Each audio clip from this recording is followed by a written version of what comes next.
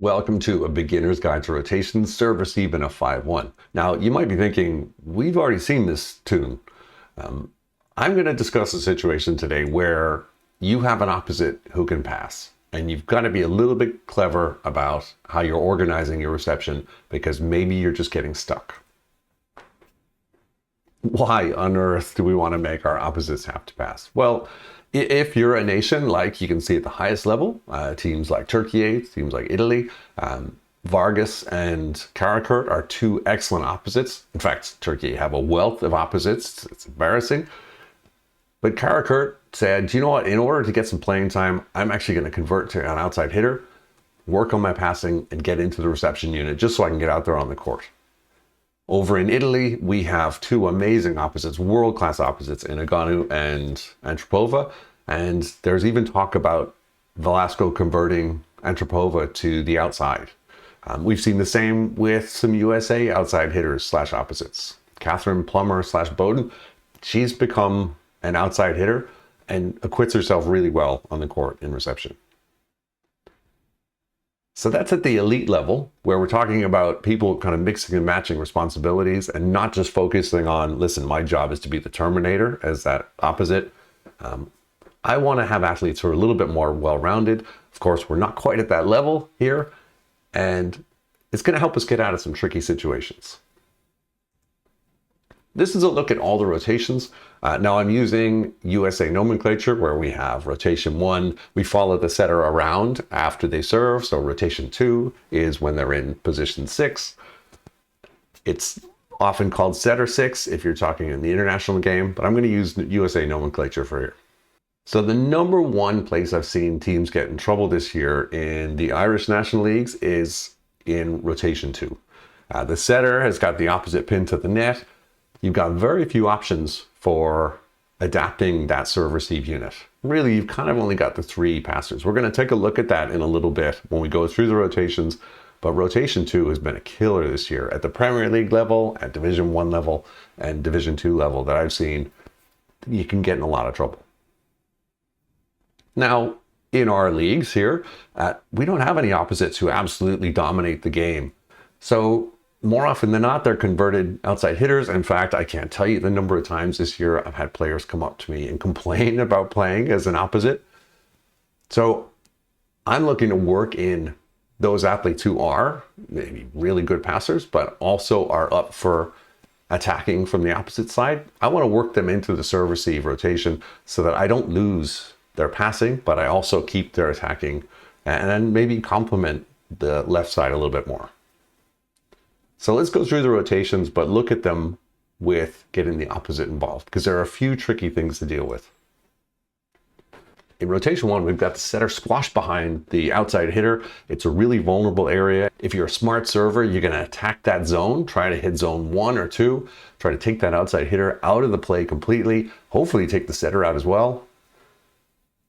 And that way they have a lot fewer attacking options. Ideally, they have a terrible pass because you've had the outside hitter one pass from somewhere maybe they're not comfortable with because they're thinking about hitting as well. Jammed up there, it's a different side for them. One way that people have solved this has been switching over to a setup like this, where the opposite runs. They either run along the net or they book it around the back of the net out the other side. The setter still has to worry about being behind outside hitter 1, but everybody's squashed up over to the left side. The outside hitter is passing where they would normally pass. They're attacking where they would normally attack, and we're making the opposite do a lot of work here. So that's an alternative you can see creeping into the game more and more, especially at the very highest levels, and it's even starting to trickle down now. There are our passers. You can see outside hitter 1 there. Our libero is way over on the right side, kind of protecting the setter, so they should be able to handle that tougher pass a little bit more. In the traditional approach, this is the scheme that I'm going to use throughout this video, like we did in the last one. We've got the orange lines that show you the overlap, those 2 players who can't overlap front row and back row. We've got the blue people all in the front row, and we've got the green, including the libero, all in the back row. The blue arrows are where those front row players can't overlap, and then the green ones are where the back row players can't overlap. So this is the traditional setup. as well as this new setup where we make the opposite run. When we involve the opposite in the passing rotation here, instead of this setup, we're going to move to something that looks a little bit more like this. Now, this is something I proposed in the previous video. Like I said, this is a real tricky rotation. We get stuck in here a lot of the time because they target that setter and that outside hitter one. In this case, we've just pushed the outside hitter up against the net, taken them out of the passing rotation so they don't have to panic about it. Middle blocker 2 doesn't have to worry about anything. They can just stay where they were in the previous setup. And the opposite just moves back as that front row outside hitter type of passer. So we just have a little bit of a shift to handle the first case. So nothing crazy radical there.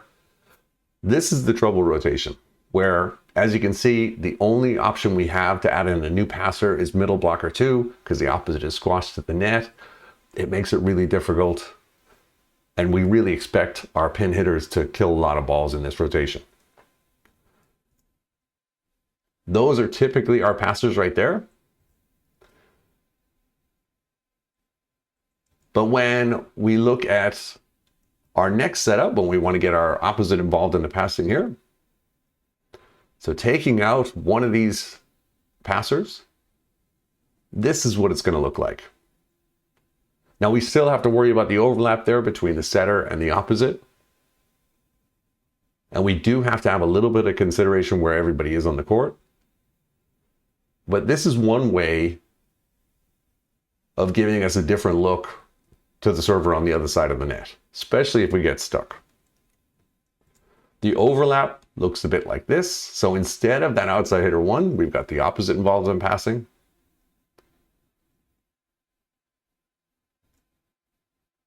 You can see it's a little bit tighter there. It's just like we had in rotation 1, where we had the setter squashed. This is kind of squashing the setter, but up against the opposite, who's also going to pass. Outside hitter 1 is probably going to be out of the passing rotation here.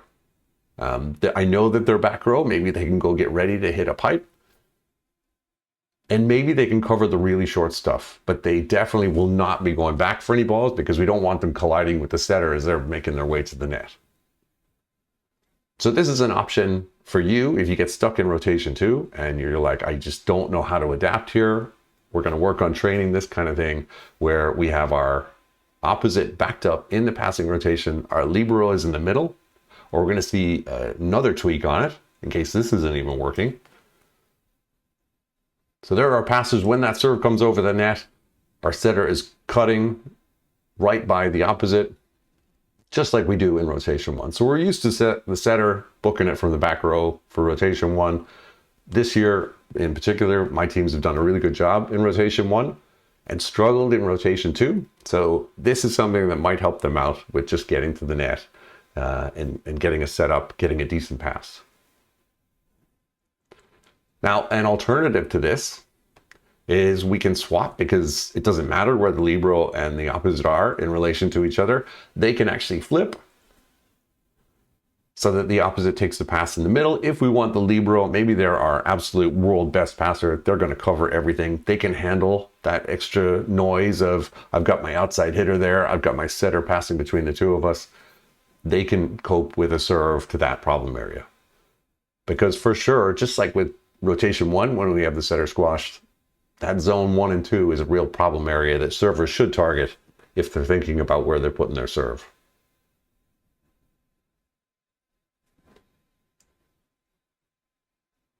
This is what the overlap looks like. You can see those green lines are for the back row players, blue for the front row, and then most importantly in this one, those orange lines, we want to be very aware of where we are in relation to the people that we don't want to overlap with. So the libero is being very conscious of where outside hitter 2 is. And the opposite is very aware, or ideally the setter is very aware of where the opposite is when they're in the passing lineup. Now it gets a little bit easier when we start to move past rotations 1 and 2. And in fact, the back row will be way easier.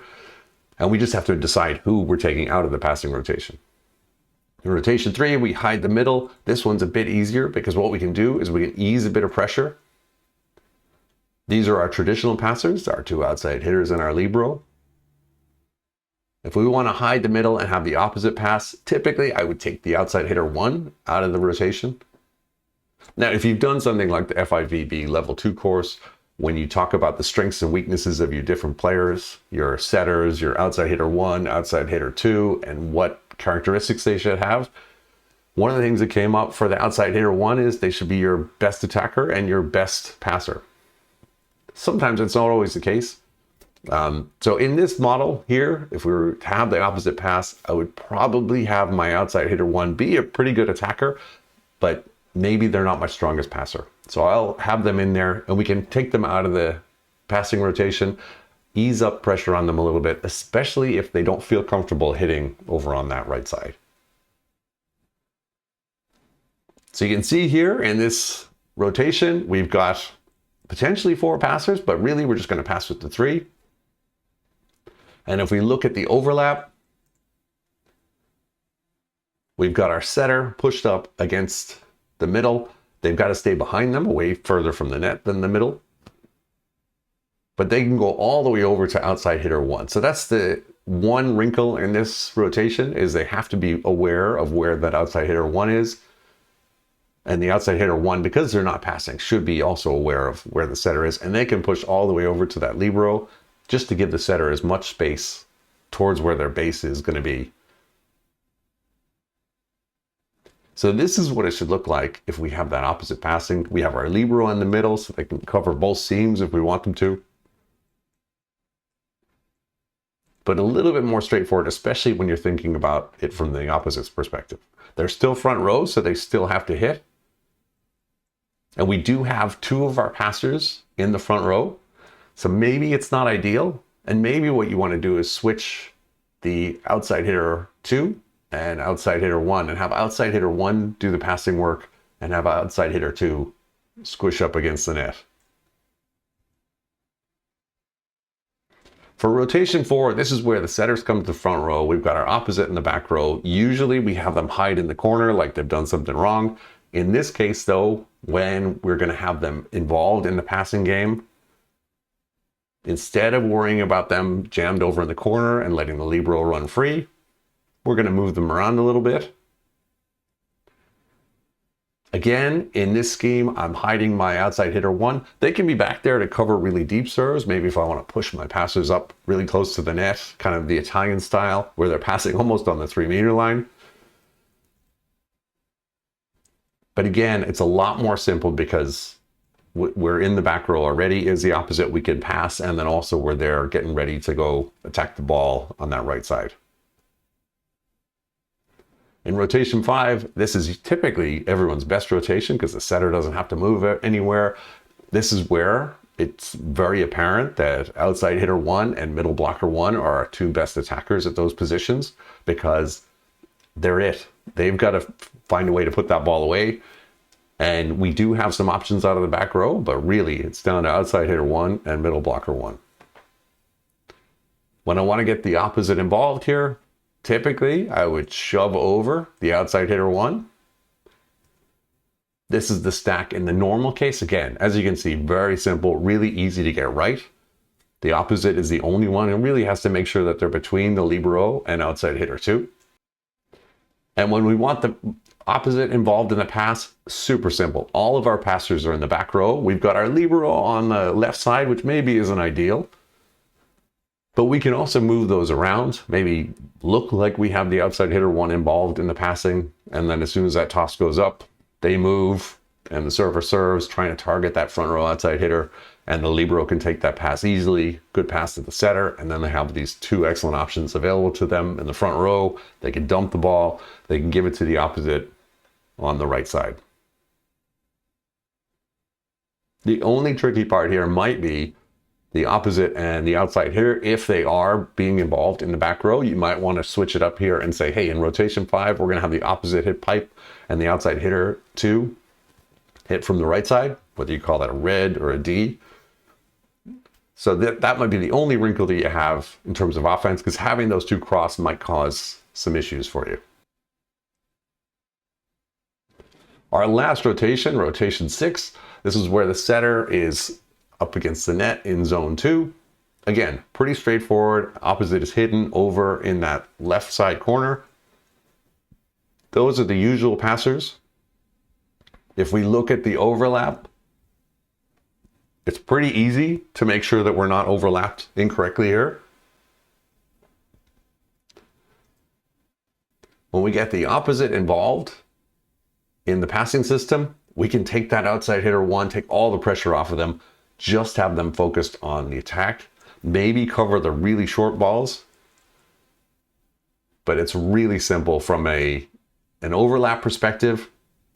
And it just gives us a different look to give to the other team when they're back there serving. They have to think maybe a little bit more about, well, wait, who am I targeting again in this situation? Where's the traffic jam?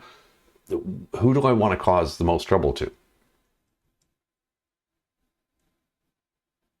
So that's a look at some alternatives for your serve reception, something that I definitely work on training, or ideally work on training when I have all my players in the gym.